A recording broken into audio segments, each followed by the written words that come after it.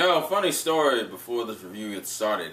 I originally thought this show was a law incest show.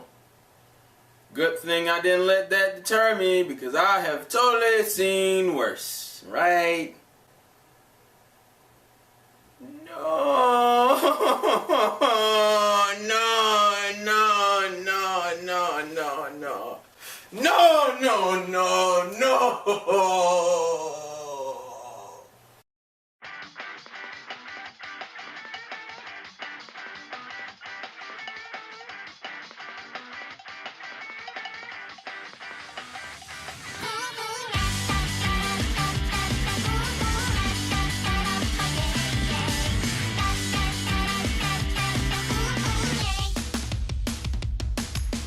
Yo, what's up guys, it's Insane Gamefreak here to bring you another anime review. This is the review of one of my new favorite shoujos. It seems to just, the slice of life genre seems to just be gaining new favorites. I mean, we had Snafu, Mysterious Girlfriend X, Wagneria, and we're now going to throw Engaged to the Unidentified to the list because Engaged to the Unidentified is awesome. But let me tell you why. Let's get into it. So Engaged to the Unidentified is another one of those forced marriage animes, but the interesting part about this one is this is told from the perspective of a girl, and our main character is Kobo, who is turning 16 at the beginning of the series. She goes downstairs for a birthday with her older sister and her mom. Her mom's like, hey, we're taking care of some kids from a friend of your grandpa's, who's dead by the way. It just so happened that your grandpa was like, yo, you marrying the boy of these two kids. The boy that's her same age and his little sister, who is now her quote-unquote indirect sister-in-law. And is it just me, or is it just like every anime now that introduces has like older male characters are automatically G's? Like they're either at G status or you just can't mess with them. Like they're the most threatening characters on the planet half the time. Yeah. I think that actually might be true. So anyways, the plot isn't necessarily interesting or simple in that aspect. It does get a lot more interesting as you go along, but I'm not going to spoil that for you. So we'll kind of just skip into what I enjoy to death about this show. Now, as I said, there are a decent number of characters, but the four you really want to worry about is Kobo, her older sister Benyo, Hakia, and his little sister Mashiro. Now, funny thing about this series is actually based off of a comic strip. Yeah, it's kind of like how the Boondocks cartoon is based off of the comics instead of actually being based off of like a manga or an actual comic book. These are based off strips. Apparently I want more of those because this show was awesome. One of the things I will praise at the death is that our main character, Kobo, is probably one of the most likable characters you will ever run across. And that's what I like. Kobo is like one of those main characters who isn't OP in one particular area. She's just kind of a normal, nice girl. She has her issues and she has her pros and her cons. That's it. I can't fathom people hating this character. Like, to me, like, and I say that about a lot of characters, but I mean, realistically, I cannot fathom you hating her. Because she's like, to me, she's probably the most level-headed character of the group. On top of being the one, because you're hearing most of the monologue stuff from her. That's why I say she's the main character. Now, her relationship with Hakia is a very interesting one because it's not the stereotypical, oh, the girl's over the guy, the guy's over the girl. Hakia is into Kobo. We know that from the get-go. Like he does not take any time in telling her that. The difference is that he doesn't like harass her about it all the time. He's one of those silent stoic types, meaning he's not to say there's nothing on his mind or he's not thinking about something, but you will rarely see him act out in a situation, which in a sense a lot of people view as a con because if anything, he ends up kind of chilling in the background a lot. Granted, they do bring him center stage a lot more in the later half, and even in the early episodes, it's not like he's just not there.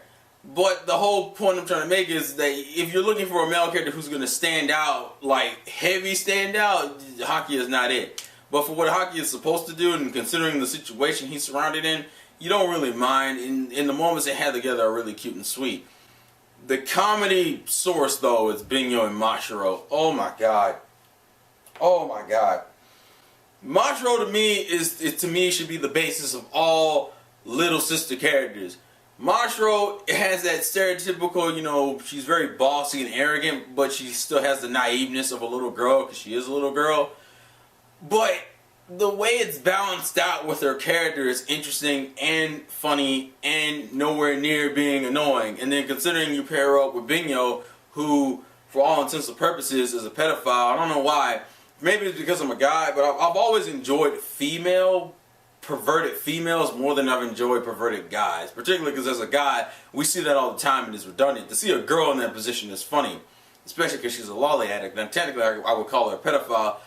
But she's not 18 yet, so I guess it wouldn't be pedophilia, but let's just say there's a lot of sexual harassment going on with her and Mashiro throughout the entirety of the series.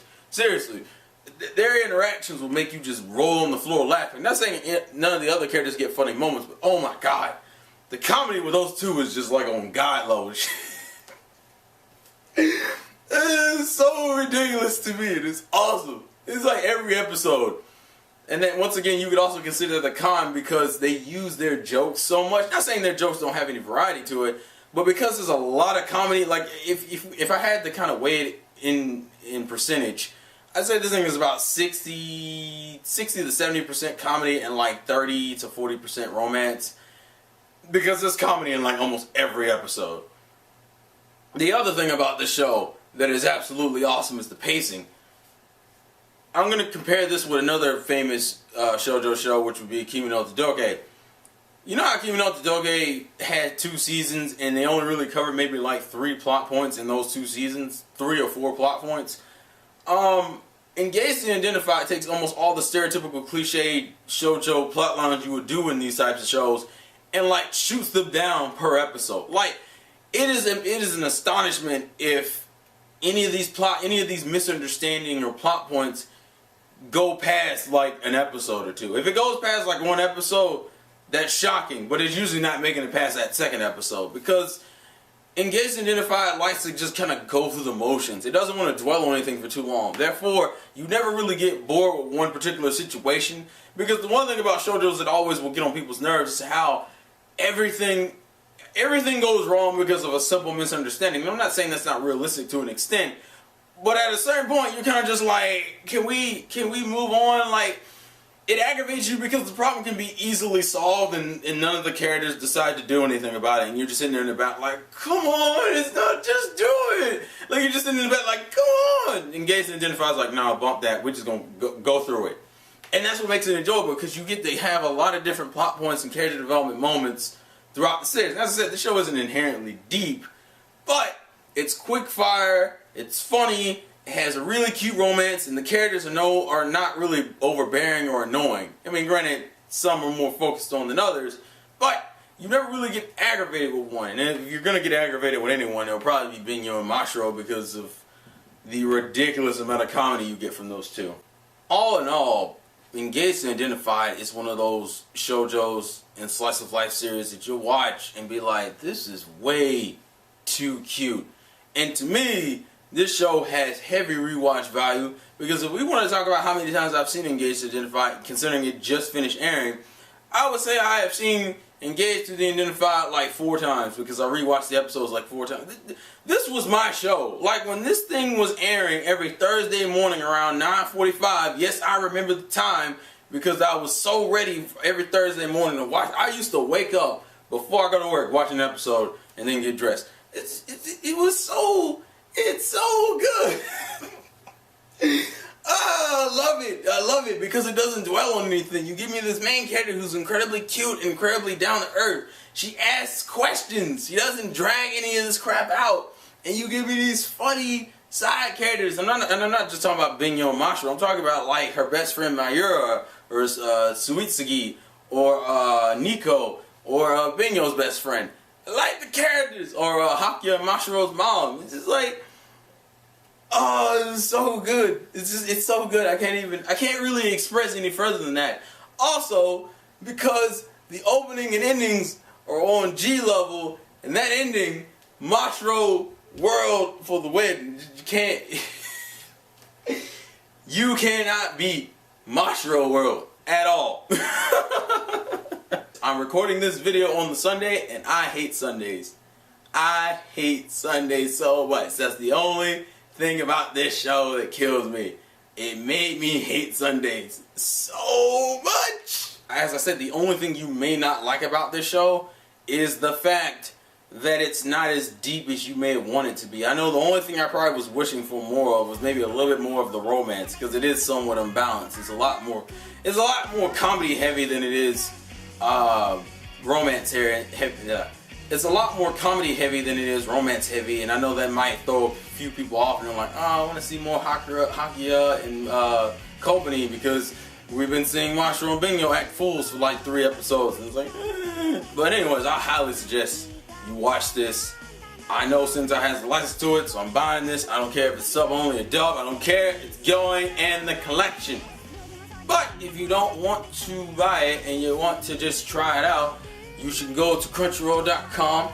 I'll have a link right here. Should be somewhere around here on the screen, where you can click that link, go to Crunchyroll. You can sign up for a free 14-day trial membership. You don't have to, because the show's already aired, so you can watch the entire thing for free if you wanted to. But if you want to support me and help me out, that would be appreciated. And go ahead and watch it and enjoy the greatness. And tell me you don't hate Sundays after you finish this anime, because you're gonna hate Sundays. It's going to happen. Anyways, that's been it for me, Vincent Gamefreak. So let's game for the win, and I'll catch you guys later. Peace.